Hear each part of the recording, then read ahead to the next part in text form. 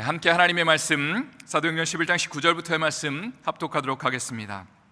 그때 스데반의 일로 일어난 환란으로 말미암아 흩어진 자들이 베니게와 구브로와 안디옥까지 이르러 유대인에게만 말씀을 전하는데, 그 중에 구브로와 구레네 몇 사람이 안디옥에 이르러 헬라인에게도 말하여 주 예수를 전파하니 주의 손이 그들과 함께 하심에 수많은 사람들이 믿고 주께 돌아오더라. 하나님의 말씀입니다. 여러분, 1988년에 한국에서 무슨 일이 일어났는지 아십니까? 바로 88 올림픽이 서울에서 있었습니다. 당시에 저는 초등학교 2학년 학생이었는데, 그때 개막식 당일날 굴렁쇠 소년이 굴렁쇠를 이렇게 굴리면서 운동장을 가로질렀던 그런 기억이 선명하게 납니다. 제가 그 장면을 보면서 무슨 생각을 했냐면, 저거 나도 잘할 수 있는데 라고 그렇게 생각을 했던 기억이 있어요. 이 아이가 언제 태어났는지를 찾아보니까 1981년에 독일에서 다음에 이 올림픽 개최지가 어딘지를 발표하는 그 날, 그러니까 바로 대한민국 서울이 88년도 올림픽을 개최하는 날입니다 라고 발표하는 그날에 이 윤태웅이라는 아이가 이제 태어났다고 하더라고요. 그래서 이 아이가 의미적으로 그 의미를 담고 이제 굴렁쇠 소녀의 역할을 감당하였습니다. 88 올림픽 당시에 매일 울려 퍼졌던 노래 중에 하나가 바로 손에 손잡고라는 또 노래도 여러분 기억하실 겁니다. 손에 손잡고 벽을 넘어서, 그런 노래를 여러분 기억하실 건데요. 제가 이 노래를 이제 여러분에게 들려드리는 이유는 무엇이냐면, 이 땅을 살아가면서 우리가 보이는 장벽들, 보이지 않는 또 장벽들이 우리의 삶 가운데 존재하기 때문입니다. 언어의 장벽도 있고, 또 인종의 장벽도 있고, 또 세대 간의 장벽들도 분명히 우리의 삶 가운데 존재하는 것 같습니다. 그런데 어제 제가 나눴던 말씀은 바로 예수님의 제자들이 예수님이 주신 지상 사명, 복음을 증거하라는 그 사명을 감당하기 위해서는 바로 그들이 가지고 있었던 이방인에 대한 그 편견의 장벽을 넘어서야 됐다라는 말씀을 드렸습니다. 특별히 베드로는 고넬료에게 복음을 증거하였고, 그리고 바로 직후로 예루살렘으로 올라갔는데, 거기에 올라가자마자 할례자들이 그를 비난하였다라고 성경은 기록합니다. 여기서 이야기는 할례자들은요, 예수님을 믿는 자들 중에 할례를 추종하는 유대인들을 가리키는데, 뭐라고 비난을 했냐면, 어찌하여서 너가 이방인의 집에 들어가서 교제하였느냐. 그러니까 당시에 유대인들은 이방인과 교제하는 것이 철저하게 금지되었는데, 이것을 어떻게 어길 수 있느냐라는 그런 비난을 받았다는 것이죠. 그때 베드로는 자초지종을 설명합니다. 형제 여러분, 이것은 제가 의도하거나 계획한 것이 아닙니다. 주님이 저에게 분명한 환상을 보여주셨습니다. 또 고넬료의 종들이 저희가 있는 곳에 찾아왔을 때에 성령께서 저에게 감동하시기를 이렇게 말씀하셨습니다. 의심하지 말고 이들과 함께 가라.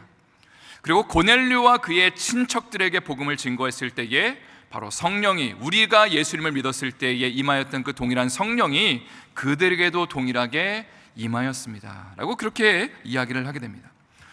그리고 나서 사도행전 11장 17절과 18절의 말씀이 이어지는데, 한번 다 같이 읽어보도록 하겠습니다. 그런즉 하나님이 우리가 주 예수 그리스도를 믿을 때에 주신 것과 같은 선물을 그들에게도 주셨으니 내가 누구에게 하나님을 능히 맡겠느냐 하더라. 그들이 이 말을 듣고 잠잠하여 하나님께 영광을 돌려 이르되, 그러면 하나님께서 이방인에게도 생명 얻는 회개를 주셨도다 하니라. 17절의 이 표현이 와닿습니다. 저를 한번 따라하도록 하겠습니다. 내가 누구이기에 하나님을 능히 맡겠느냐. 그리고 사람들이 이렇게 반응합니다. 18절에 그들이 잠잠하였다. 이 말을 듣고 그들의 입술이 다 굳어지고 그들이 더 이상 할 말을 잃어버렸다는 것이죠. 그러면서 하나님께 영광을 돌리면서 이방인에게도 드디어 하나님이 예수 믿는 그 구원의 역사를 시작하셨다는 것을 인정하였다라고 성경은 기록하고 있습니다. 지금까지의 말씀을 정리해 본다면 사도행전 10장에서 최초의 이방인인 고넬료에게 베드로를 통해서 복음이 증거됩니다. 그리고 11장에서 이제 예루살렘 교회 리더들이 이제 이방인들에게도 복음이 증거될 수 있다는 것을 그들이 확증하고, 하나님이 이것을 허락하셨다는 것을 그들이 확인하게 되죠. 그리고 나서 이제 이방인들에게 복음이 퍼지고 증거하게 됩니다. 그것이 바로 사도행전 11장 19절의 말씀입니다. 한번 다 같이 또 이 말씀을 읽어보도록 하겠습니다. 그때 스데반의 일로 일어난 환란으로 말미암아 흩어진 자들이 베니게와 구브로와 안디옥까지 이르러 유대인에게만 말씀을 전하는데, 이런 표현이 등장하죠. 그때에 스데반의 일로 말미암아, 환란으로 말미암아 흩어진 자들이, 우리가 잘 알고 있는 것처럼 스데반의 순교 이후에 예루살렘 교회에 본격적인 박해가 임하게 됩니다. 그리고 사도 이후의 모든 사람들, 모든 예수님의 제자들은 이제 전국으로, 다른 나라로 흩어지게 되었다. 그러면서 이제 디아스포라라는 말이 여기서 유래했다고 말씀을 드렸습니다. 사실 인간적인 관점에서 보면 우리가 익숙한 곳을 떠나게 되는 것은 참 어렵고 힘든 그 고난의 길, 아픔의 길, 어려움의 길을 걸어가는 걸 수도 있겠지만, 그러나 하나님의 눈으로 바라보면 하나님의 섭리였고 하나님의 역사였다고 말씀을 드렸습니다. 왜냐하면 제자들이 흩어지기 전까지는 바로 예수님의 제자들이 유대인들에게만 복음을 증거했는데, 이제는 흩어짐을 통해서 사방에 있는 그 많은 이방인들에게까지 복음을 증거하게 되었기 때문입니다. 19절을 다시 보면 이런 표현이 등장하죠. 흩어진 사람들이 이제 버니게와 구브로와 안디옥에까지 이르게 되었다. 제 안디옥의 위치를 한번 슬라이드를 통해서 보시면요, 오른쪽 맨 왼쪽이 예루살렘이고, 그리고 오른쪽 맨 위에가 안디옥입니다. 지도상으로 보면 한 500km 정도 북쪽으로 떨어진 아주 멀리 있는 도시라고 할 수 있고, 당시에 로마 제국에서 3대 도시 정도에 속할 정도의 그 융성했던, 인구가 50만 명 정도 되었다고 합니다. 안디옥에는 여러 인종들이 살았습니다. 유대인들과 로마 사람들, 또 그리스 사람들, 또 여러 나라에서 온 사람들이, 다민족들이 살았는데, 19절을 보니까 이런 표현이 등장합니다. 복음을 유대인들에게만 전하였다. 제가 그런데 시간이 어느 정도 흐르고 난 다음에 아마도 이제 사도행전 10장에 고넬료에게 복음이 증거되고, 예루살렘의 리더들이, 교회 리더들이 이제는 이방인들에게 복음이 증거될 수 있다는 것을 인정한 이후에 20절의 말씀이 이어지게 됩니다. 한번 다 같이 읽어보겠습니다. 그 중에 구브로와 구레네 몇 사람이 안디옥에 이르러 헬라인에게도 말하여 주 예수를 전파하니, 여기 보니까 이제는 헬라인에게도 예수님을 증거하였다. 그러니까 그리스말을 하는 사람들, 즉 이방인들에게도 이제 복음이 증거되기 시작했다라고 성경은 기록하고 있습니다. 여러분, 한번 우리가 생각을 해보면 지금 이방인들은 예수 그리스도의 복음이라는 것을 처음 접하고 있는 사람들입니다. 예수님이라는 단어도 아마 처음 들었을 겁니다. 그런데 그들에게 복음을 증거했는데 그것을 어떻게 요약했냐면 주 예수를 전파하였다라고 그렇게 성경은 기록하고 있습니다. 여기 등장하는 주라는 단어는 헬라어로, 그리거로 퀴리오스라는 단어입니다. 일상생활에서 많이 사용되었던 단어라고 하는데요, 가령 예를 들어서 노예로 팔려온 그 종은 자신의 주인을 뭐라고 불렀냐면 퀴리오스라고, 주인이라고 그렇게 불렀다고 합니다. 또 다른 종교를 믿는 사람들은 그들이 믿고 있는 신을 주라고 불렀습니다. 퀴리오스라고 불렀고요. 당시 안디옥에는 돈을 벌기 위해서 다른 나라에서 이주해온 많은 사람들이 몰려들었는데 아마도 이 돈을 주로 따르는 사람들도 있었을 겁니다. 이외에도 권력과 명예와 쾌락을, 혹은 가족과 자녀들을 주로 섬기는 사람들이 많았을 것입니다. 그런데 이 사람들에게 뭐라고 복음을 전했냐면 예수님이 세상의 주인이십니다. 당신의 삶 가운데 예수님이 주인 되실 때에 당신에게 구원이 임할 것이고 성령의 능력이 임할 것입니다 라고 증거했다라고 성경은 기록하고 있습니다. 우리가 알고 있는 복음은 예수님이 이 땅 가운데 우리를 구원하러 오셨고 우리를 위해서 죽으시고 부활하셨고 승천하셨다라는 정도로 우리는 복음을 알고 있는데, 어떤 분이 이런 표현을 사용했는데 참 와닿았습니다. 아마도 당시에 이방인들에게 복음이라는 것이 굉장히 신선하게 다가왔을 겁니다. 왜냐하면 세상의 신들 중에 우리를 위해 생명을 바치겠다고 말하는 신은 아마 그들이 듣기에 처음이었기 때문이라는 사실입니다. 한마디로 말해서 하나님이 종의 형상을 입고 이 땅 가운데 오셔서 우리의 연약함을 싸매주시고 우리의 상처와 아픔을 대신 가져가 주시고 우리의 죄를 대신 담당하시면서 피를 흘려주시고 그리고 죽으셨을 뿐만 아니라 하나님이 그를 부활시키셨으므로 이 땅 가운데 예수 그리스도가 주인이심을 드러내셨다. 그리고 이것으로 끝나는 것이 아니라 복음의 소식은 예수 믿는 자들에게 뭐가 임한다고 가르치죠? 성령이 임하게 될 것이다. 하나님의 영이 믿는 자들에게 임하게 될 것이다 라는 그 구원의 소식이 증거되었을 때에 바로 이방인들이 여기에 반응하기 시작했다라고 성경은 기록하고 있습니다. 또 21절 말씀을 보면 이렇게 되어 있는데 한번 다 같이 읽어보도록 하겠습니다. 주의 손이 그들과 함께 하심에 수많은 사람들이 믿고 주께 돌아오더라. 자, 여기 수많은 사람들이라는 표현이 등장하는데 한두 사람도 아니고 수십 명이나 수백 명의 사람도 아니라 아마도 수천 명 혹은 수만 명의 사람들이 동시다발적으로 예수님을 믿게 되었다라는 지금 표현으로 이해하시면 되겠습니다. 한마디로 말해서 우리가 정의하기를 원하는 하나님의 부흥이 그 2000년 전의 안디옥에서 일어나게 되었는데 그 비결이 무엇이냐? 21절에 뭐라고 나왔냐면 주의 손이 그들과 함께 하심에 수많은 자들이 주께 돌아오게 되었다라고 성경은 기록합니다. 성도 여러분, 2000년 전에는 복음을 받아들이는 것이 오늘날의 우리가 복음을 믿는 것과는 비교도 안 될 정도로 참 힘들고 아프고 어려운 고난을 짊어지는 것을 의미하였습니다. 얼마 전에도 제가 나누었지만 이번에 21일 기도회가 시작이 되면서 좀 영적인 공격이 크고 작게 임한다는 생각을 하게 됩니다.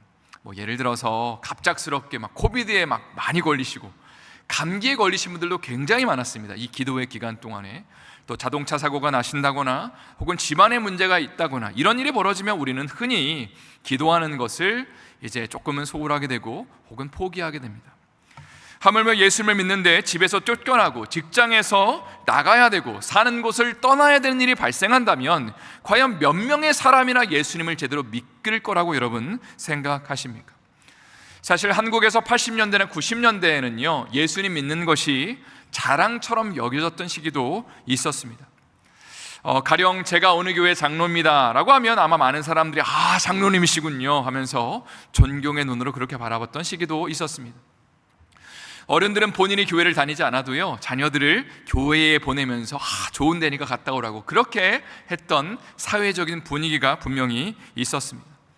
그러나 오늘날은 교회가 사회적으로 세상에서 지탄을 받고 있죠. 또 한국에 있는 저의 친구들, 친구 목회자들의 자녀들은요 주변에 있는 아이들에게 우리 아빠 목사님이야 라고 말하는 것을 심히 부끄러워한다고 고개를 들고 다니지 못한다는 그런 안타까운 이야기도 들었습니다. 이런 상황 가운데서 누군가가 예수님을 믿는다는 것은 쉬운 일이 아닙니다. 그런데 2000년 전에 이것보다 훨씬 더 예수님 믿기가 어려운 상황 속에서 수많은 사람들이 동시다발적으로 예수님을 믿게 되었다.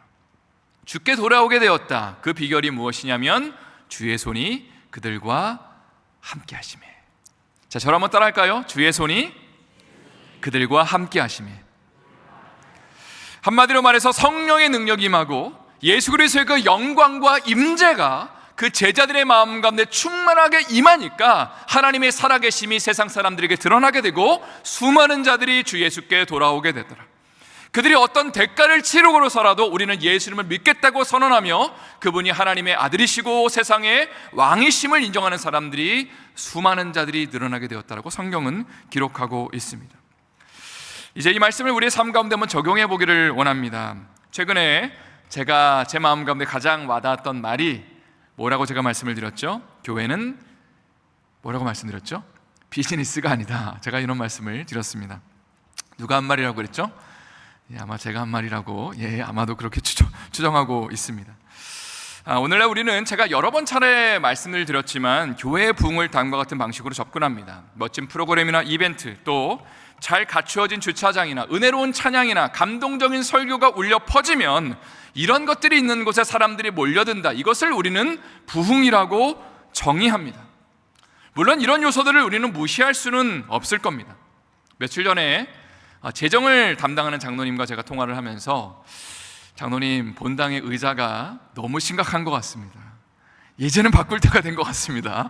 그래서 장로님도 목사님 저도 그런 것 같습니다 하면서 이제 조만간 의자를 좀 주문을 할 것 같아요. 근데 아마 좀 몇 달이 또 걸려서 중국에서 제작해서 오는 거기 때문에 좀 기다려 주셔야 될 것 같습니다.